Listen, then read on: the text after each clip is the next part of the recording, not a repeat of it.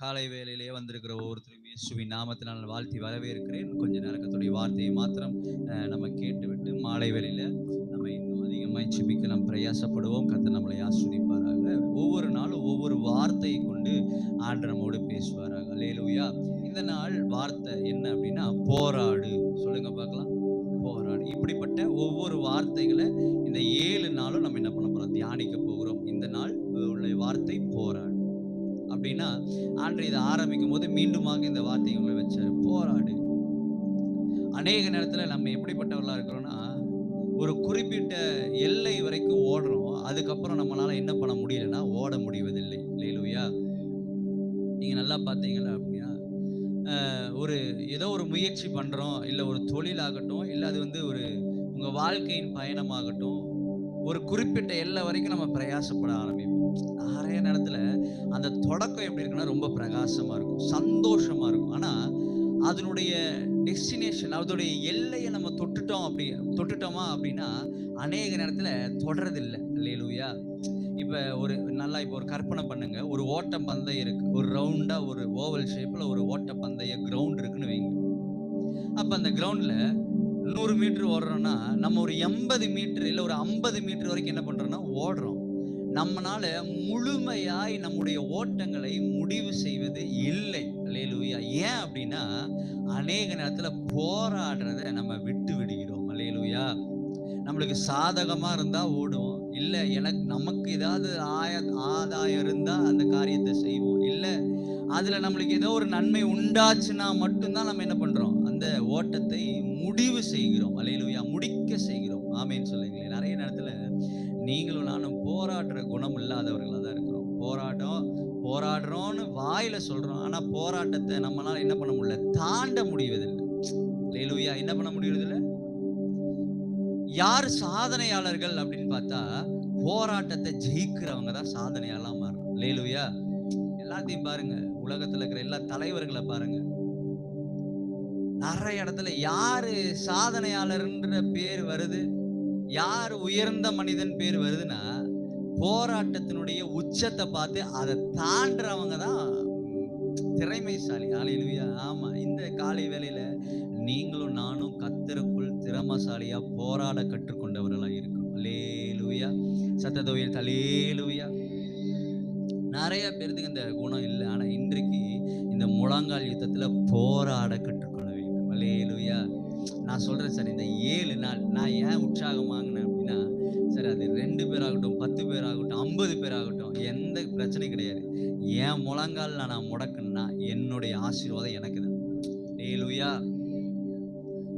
நம்ம முழங்கால முடக்குவோம், நம்ம சந்ததிக்கு இந்த முழங்கால் ஆமேன்னு சொல்லி நிற்கும் போது வலிக்கிறாங்க, இடுப்பு வலிக்கும், அது வலிக்கும். ஆனா நான் என்ன நினைச்சு முழங்கால் பண்றேன்? என் இடுப்பு வலிச்சாலும் பரவாயில்ல, இந்த பட்டணம் முழுவதும் சமாதானம் உண்டாகும். அல்லேலூயா. எவ்வளவு பேர் நம்புறீங்க? நீங்க இப்ப முழங்கால் படிட்டு நிக்கிறீங்கல்ல, இது உங்களுக்கான முழங்கால் படிட்டு ஜெபிக்கிறது இல்ல. பாஸ்டர் எங்கேயாவது வேதத்துல இப்படி ஜெபிக்க சொல்லி, அது எனக்கு தெரியாது சார். வஸ்திரத்தின் ஓடத்தை தொட சொல்லி யார் எந்த உபதேசம் பண்ணாங்க எனக்கு தெரியலன்னா நம்ம தொட்டுச்சு விடுதலை ஆயிடுச்சு. அல்லேலூயா. இந்த காலை வேளையில எனக்கு ஒரு நம்பிக்கை, முழங்கால நிக்கிறோம் ஆண்டவரே, நான் நிக்கிறேன், எனக்கு நீங்க ஆசீர்வாதம் தாங்க. அல்லேலூயா. முழங்கால நின்று போராடி ஜெபிக்கிறவர்கள். அல்லேலூயா. பழைய பரிசுத்தவான்களை குறித்து பார்க்கிறோம், நிறைய பேர் இருக்கிறாங்க.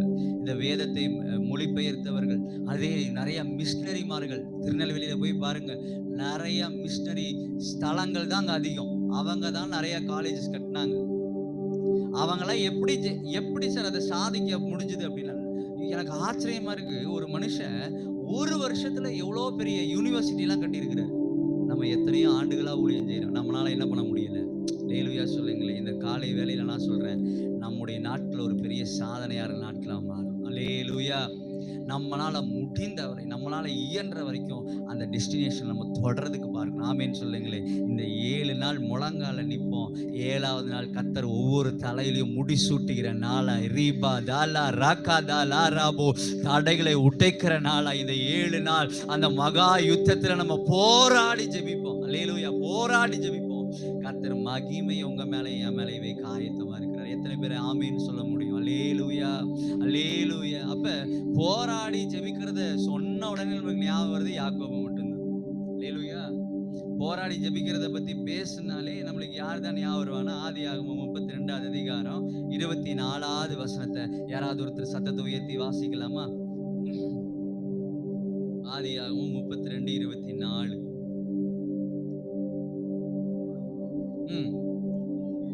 யாக்கோபு பிந்தி தனித்திருந்தான்.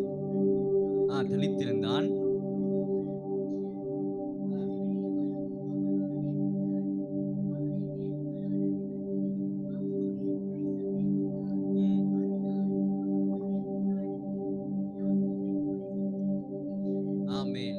பாருங்க, கவனிங்க. இதுலதான் விஷயம் இருக்கு. எல்லாரும் என்னைய பாருங்க சார். ஒரு மனுஷன் இருக்கிறான். ஒரு மனுஷன் கூட என்ன பண்றாரு? போராடுறாரு. யாக்கோபு என்ன பண்றாரு? போராடு. எடுத்தோடனே விடிஞ்சிருச்சுப்பா நான் போறேன்னு சொல்லல.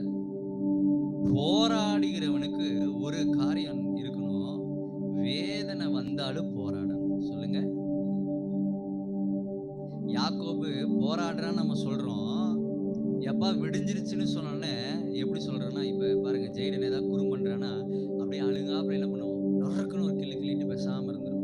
அப்படி கிள்ளாவ அவனை குடும்பப்படுத்தணும்னா இல்லை, அந்த சூழ்நிலையில அவன் அதை தான் செஞ்சாகணும்.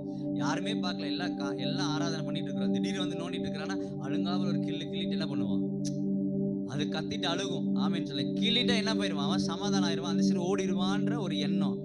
அது மாதிரிதான் யாக்கோபு என்ன பண்றான், தொடை சந்தை பிடிச்சாராம்.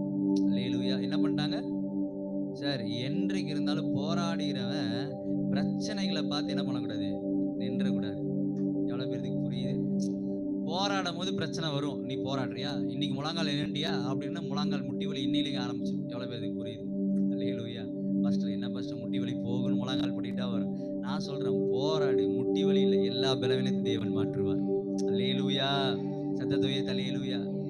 இன்னைக்கு முழங்கால் படிட்ட உடனே ஒரு பெரிய தேவை வரும், ஒரு நெருக்கம் வரும்.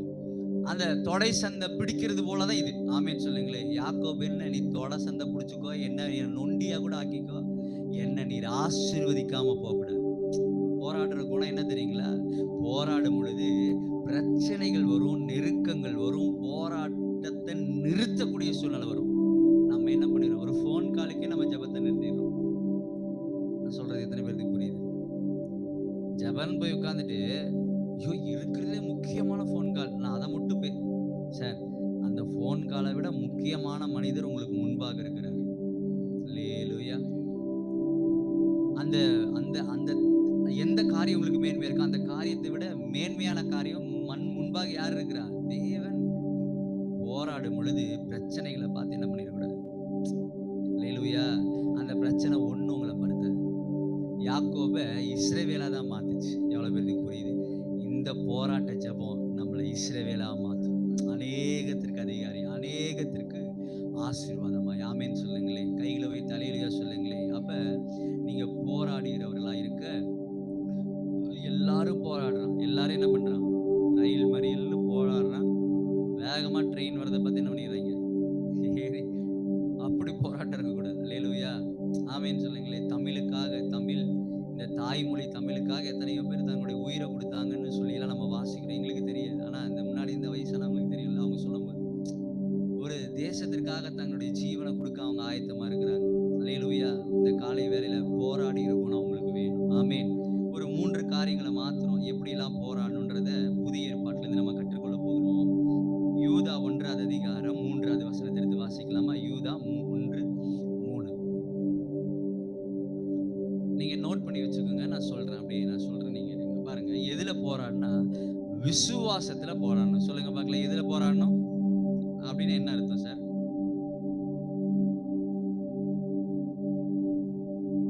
போராடுறது விசுவாசத்துல போராடணும் அப்படின்னு என்ன அர்த்தம்?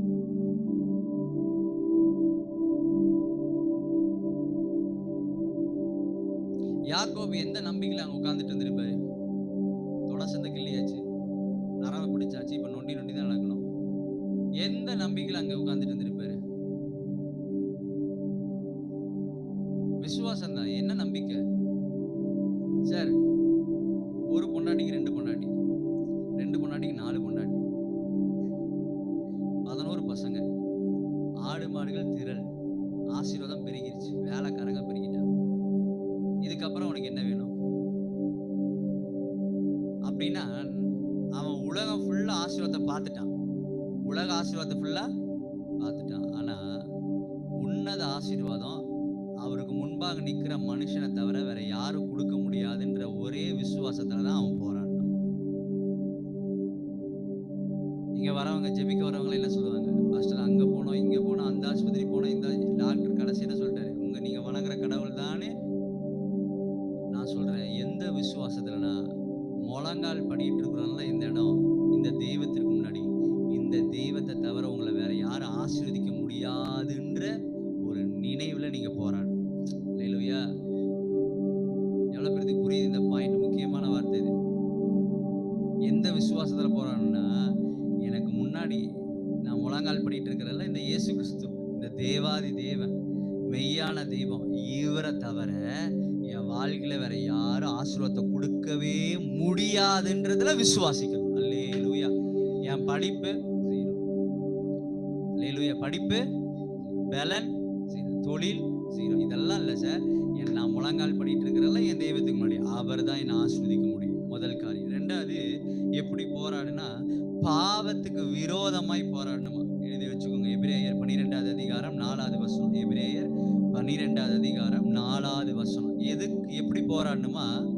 பாவத்திற்கு, சொல்லுங்க, பாவத்திற்கு விரோதமாய் போராடணும். அப்படின்னு என்ன அர்த்தம்?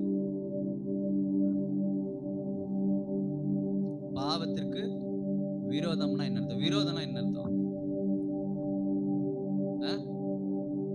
பாவத்துக்கு விரோதமா போராடணும். இப்ப நான் சொல்றேன்,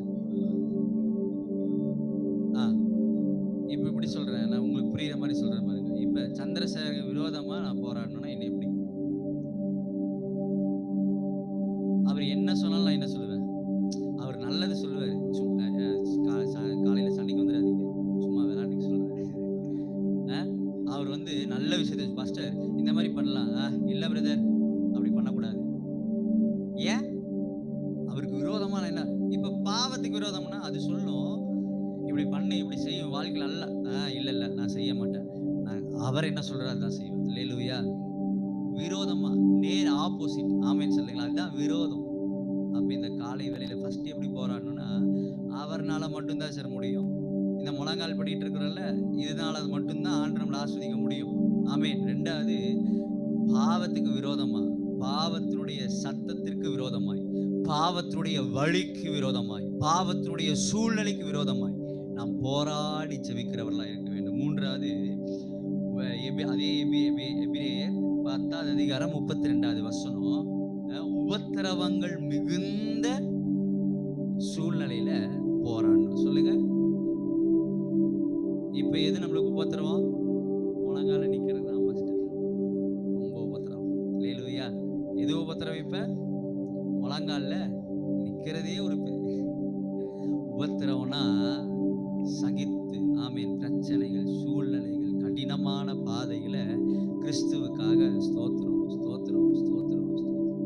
காரி மூஞ்சிலத்து போ சொந்தக்காரன் ஆமீன், உடனே நீங்க என்ன பண்ணணும்?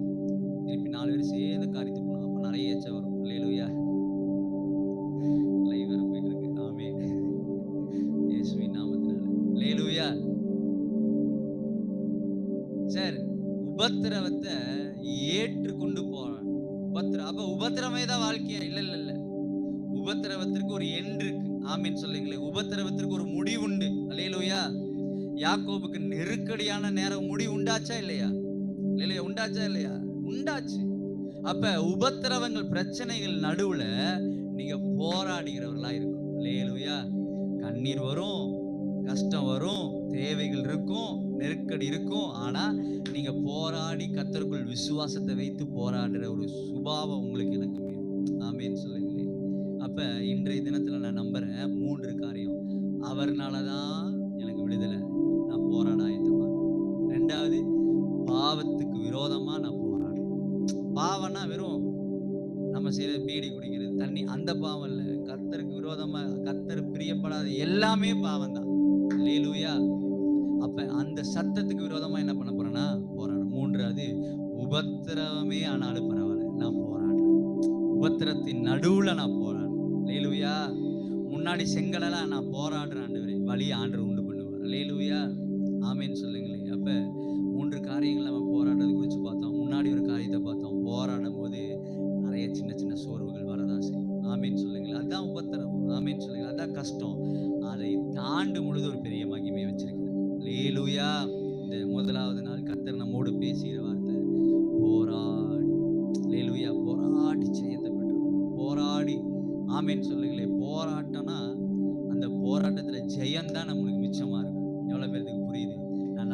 இன்றைக்கு இந்த முதலாவது செக்ஷன்ல ஆண்டு நம்மளை ஜெயிக்க பண்ணிட்டாருன்னு நான் நம்புறேன். கையை தட்டி ஆண்டுக்கு மகிமைப்படுத்துங்க.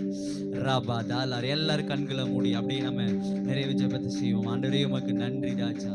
ரீபா தாலா ரீகாந்தா லேரே போலாரா தாராபாலா ரீகாதி ராபா தாலா ரீகாந்தாலா ராபோ ரேபே தேரே போலாரா தாலா. போராடி ஜெபிக்கிற ஒரு குணத்தை எங்களுக்கு தாங்க. விசுவாசத்துல நாங்க போராடணும்ப்பா. பாவத்திற்கு விரோதமாய் நாங்கள் போராடணும் ராஜா. அன்றைய உபத்திரவங்கள் மிகுந்த நேரங்களில் நாங்க போராட கற்றுக்கொள்ளணும் ராஜா. நாங்க போராடி ஜெயத்தை எடுக்கணும். எல்லாரும் வாயில திறந்து ஆண்டவரே நான் போராடுகிற குணம் எனக்கு தந்துருங்கப்பா. ஆண்டவரே போராடுற குணத்தை எங்களுக்கு தாங்கப்பா. போராடுகிற குணத்தை எங்களுக்கு தாங்க டாடி. ஆமேனப்பா. ரெண்டு கையில மேல உயர்த்தி ஆண்டவரே உமக்கு நன்றி. இன்னைக்கு எங்களை முழங்கால் படியிட வைத்தது நீங்க மட்டும்தான் டாடி. எங்களை முழங்கால் படியிட வைத்தது நீங்க மட்டும்தான் டாடி. ரீபா லாரா தாலா ரீகந்தா லாராபோ. உம்முடைய மகிமை எங்க மேல வைத்ததற்காக நன்றி தகப்பனே. அன்றே இந்த ஆன்லைன்ல மற்ற எல்லாம் கலந்து கொண்டிருக்கிற ஒவ்வொரு பிள்ளைகளை நீர் ஆசீர்வதிங்கப்பா. உம்முடைய கிருபைகளை தாங்கட்டும் டாடி. ஆசீர்வதிங்க, வழி நடத்துங்க. மீட்பெரும் இரட்சகருமாகிய இயேசுவின் நாமத்தில் ஜெபிக்கிறோம். ஜெபம் கேளும் நல்ல பிதாவே. ஆமென்.